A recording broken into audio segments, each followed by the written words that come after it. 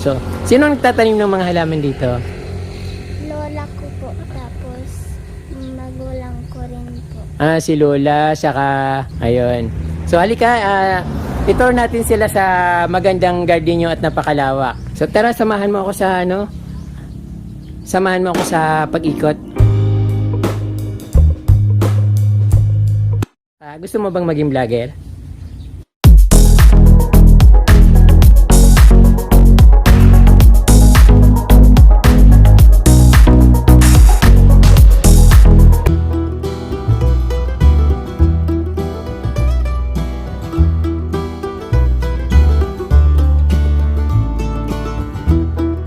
Magandang araw sa inyo mga ka-Promdi at welcome back sa Certified Promdi channel.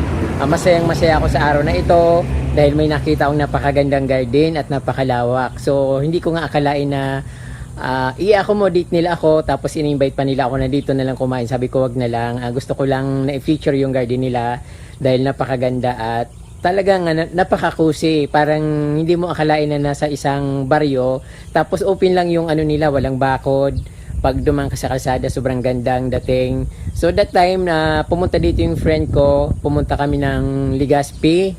Tapos doon na parang kami dito. Sabi ko, ang ganda-ganda ng garden na ito. Sabi ko, pag mayroon akong motor, babalikan ko ito dahil parang nakaka-miss talaga. Parang hindi mo akalain na yun nga, open lang. Pwede nga gawing itong parang resort. Kasi yung ground nila napakalawak at napakaganda. So ito ka-Promdi, marami na akong masyadong nasabi. Gusto kong ipakita sa inyong napakagandang garden dito. So ngayon hindi ko pa alam yung lugar, kung anong lugar ito. So itatanong ko na lang kung anong lugar ito para mas malinaw. Kasi minsan may sinasabi akong lugar na hindi naman tama sa lugar na sinasabi ko. So ayan. Ito na ka-Promdi. Ito mga ka-Promdi ang may-ari ng napakagandang garden dito sa Ocampo. So, ito tanungin natin kung anong pangalan mo ate? Chloe po. Chloe. Chloe. Dito na kayo talaga nakatira sa na to? Opo. Marami na bang pupunta ditong namamasyal, nagpapapicture? Na sobrang ganda kasi ng garden nyo. Opo. Ayun, ilang taong ka na Ate Lowie? 9 years old. Napakaganda ni Ate Lowie. So, ay papakita natin yung garden sa sa YouTube para makita yung garden mo dito na napaka-cozy, napakaganda, para ma-inspired lahat sila na magtanim ng halaman, di ba? Tama? Opo. Ayun. So, halika't ipakita natin yung napakagandang garden dito. Alam mo ba yung mga pangalan ng mga halaman? Hindi ko po. Hindi mo masyadong kabisado yung halaman. So, sino ang nagtatanim ng mga halaman dito? Lola ko po, tapos magulang ko rin po. Si Lola, saka si mama mo. Opo. Ayun. So, halika, itour natin sila sa magandang garden nyo at napakalawak. So, simulan natin dito ka-Promdi yung garden kasi sobra talagang ganda. At para kang nakatira sa isang subdivision sa mga Ayala Alabang. Pero open lang yung dito ka-Promdi. Open yung garden nila. Pwedeng pumunta dito para magpa-picture. So,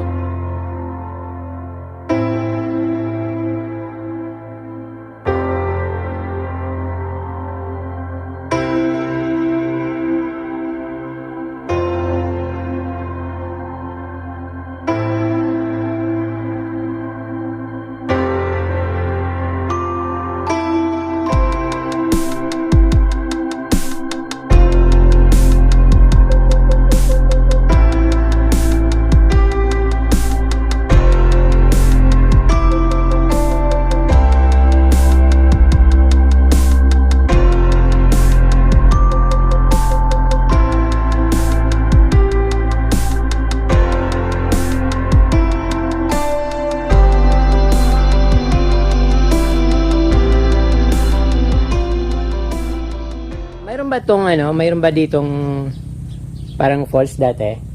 Wala po. Wala. Design lang talaga siya. Opo. Ang ganda. Tapos yung tiyaang gubat, hindi pa siya masyadong nagupitan.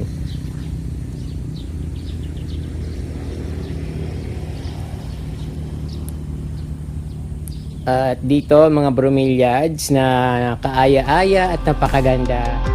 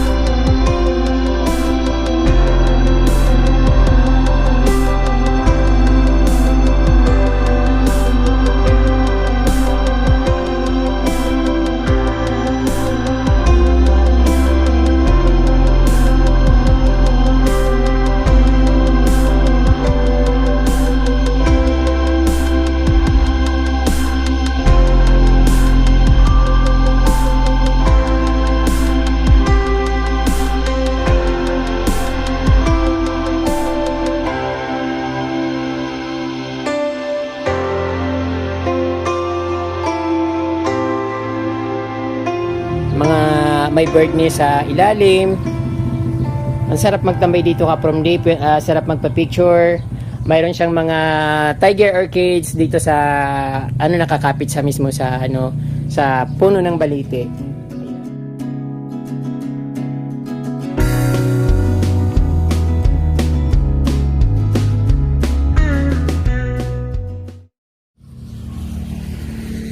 So tara, samahan mo ako sa pag-ikot.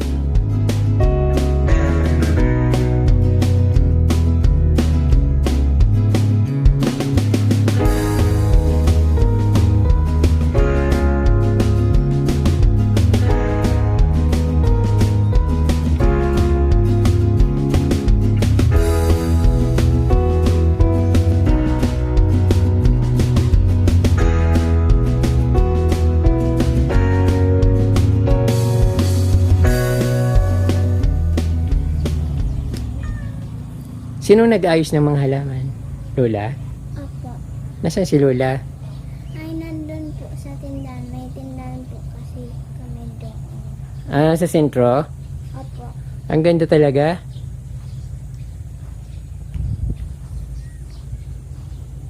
Halika. Ano to, piggery? Ano po? Baboyan, Oregon. Opo. Ang ganda naman. Yung mga money plant, ang dami dito. Tapos talagang alagang-alaga yung mga halaman nila. At sobrang linis.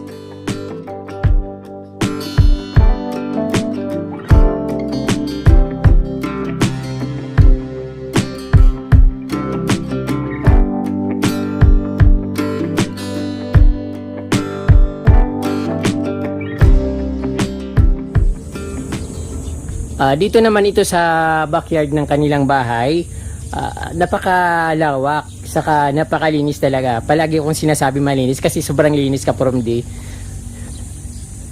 Wala kang makikitang basura kahit na tumutubo na yung damo sa yung wild grass dito sa wala kang makikita. Parang talagang alagang-alaga siya.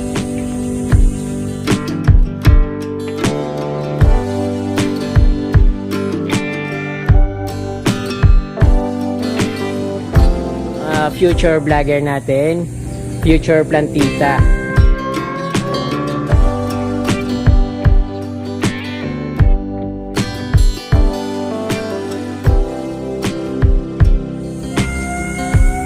Halika dito tayo.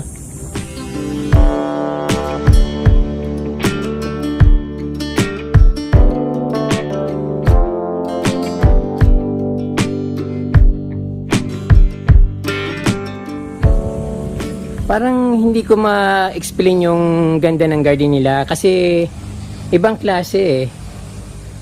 Sobrang lawak tapos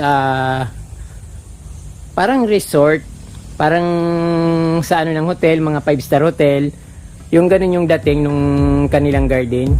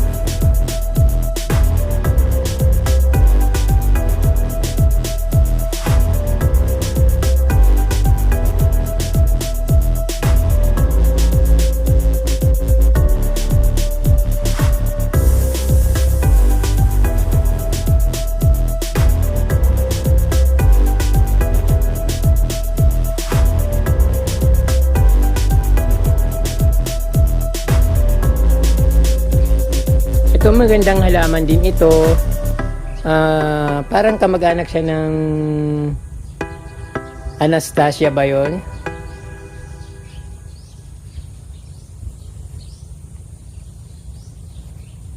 Ayan, ano lang sila dito, nasa daanan sa highway. Open lang siya kaya madaling makita yung garden niya.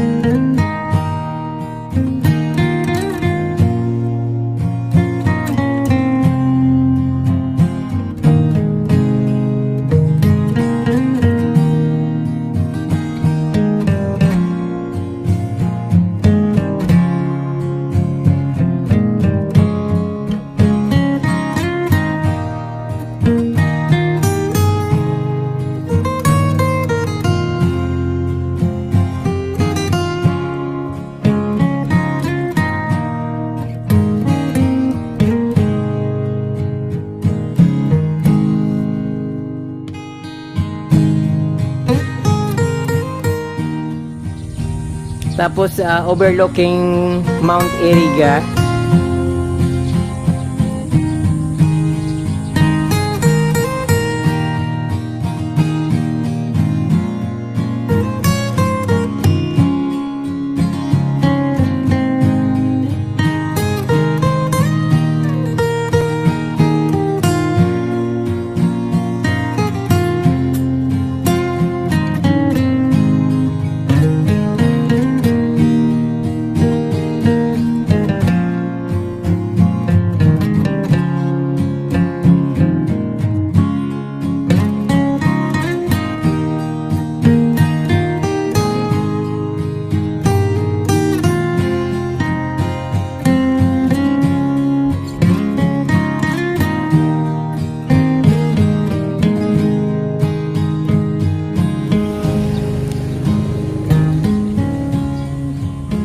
Kahit saan ka tumingin, Instagrammable yung dating.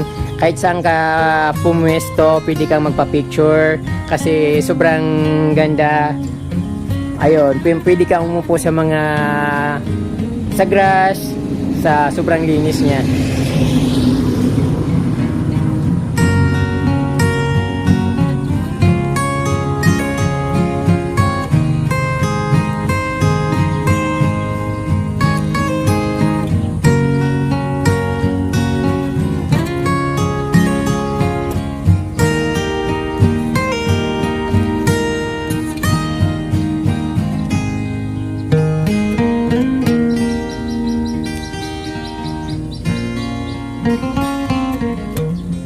Nanonood ka rin ng YouTube?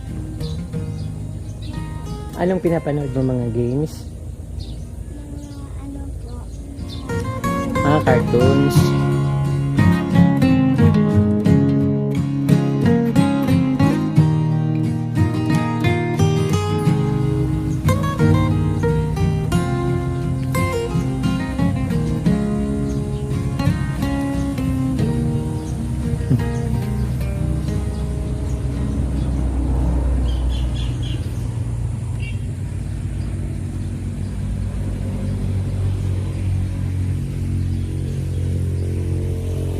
Mayroon siyang hanging na mayana. So ngayon lang ako nakakitang hanging na mayana. Pwede pala siyang ihang sa puno. Although mayroon yata akong ganito, pero parang binunot ka na kasi sobrang mabilis dumami.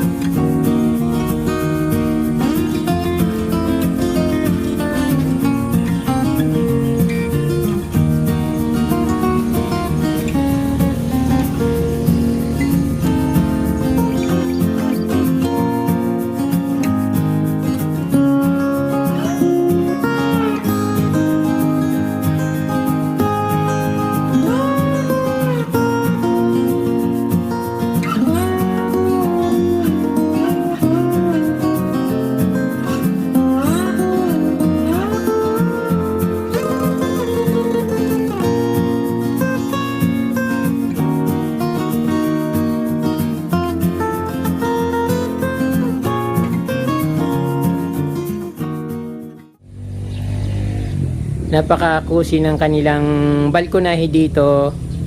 Mayroon malaking bird nest, malaking silong.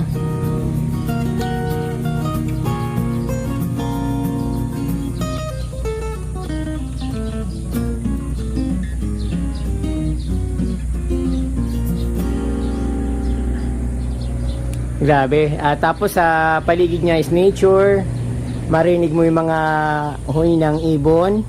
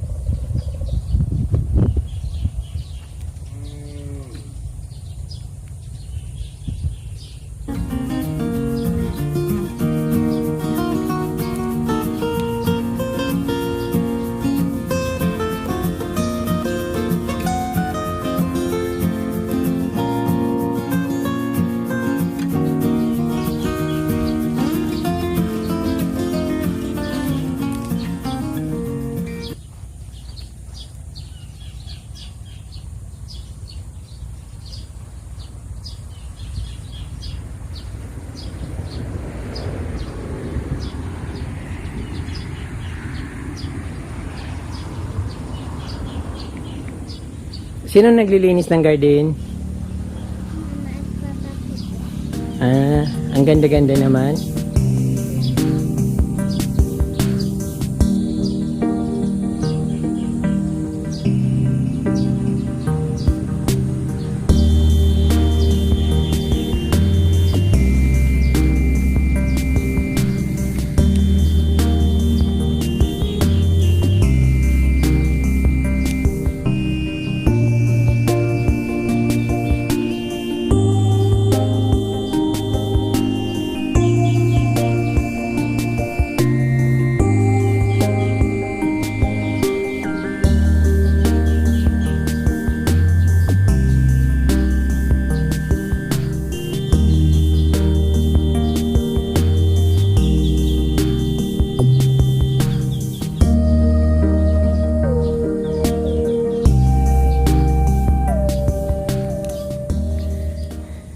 Grabe, natutuwa ako dito sa garden nyo, ate. Sobrang ganda.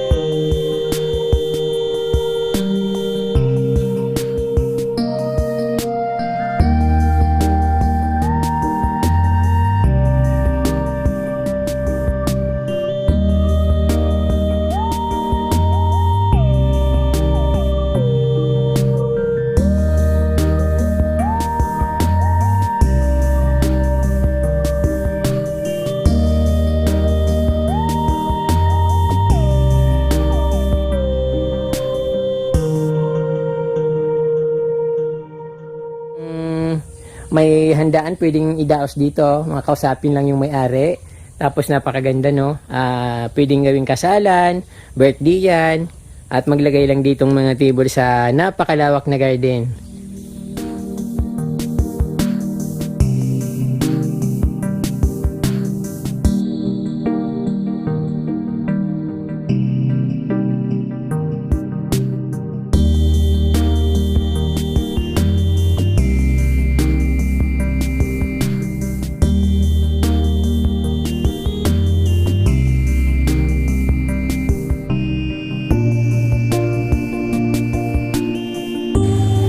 Ayan si Ate Chloe, ayan katabi ko siya. future plant vlogger at future gardenera. So siguradong makikilala siya dahil dito sa garden kung gusto niya mag-vlog. Napakaganda kasi. So sa ngayon tumutulong-tulong siya sa paglilinis ng halaman. But nag-aaral ka, di ba?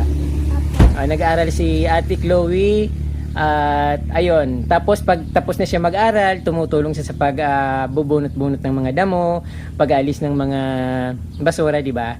Ayun. At ayun nga, maraming salamat sa inyong ka-From D. Sana'y nabusog inyong mga mata at nagustuhan nyo ang garden dito at napakagandang garden sa bayan ng Ocampo. Ocampo ba talaga ito? Hindi, Hindi yung bayan.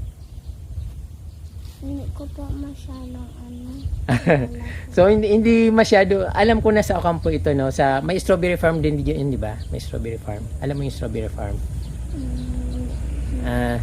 So ayun, sana na-enjoy nyo yung napakagandang garden dito sa bayan ng Ocampo. So first time kong maka-feature ng ganito kagandang garden at napakalinis.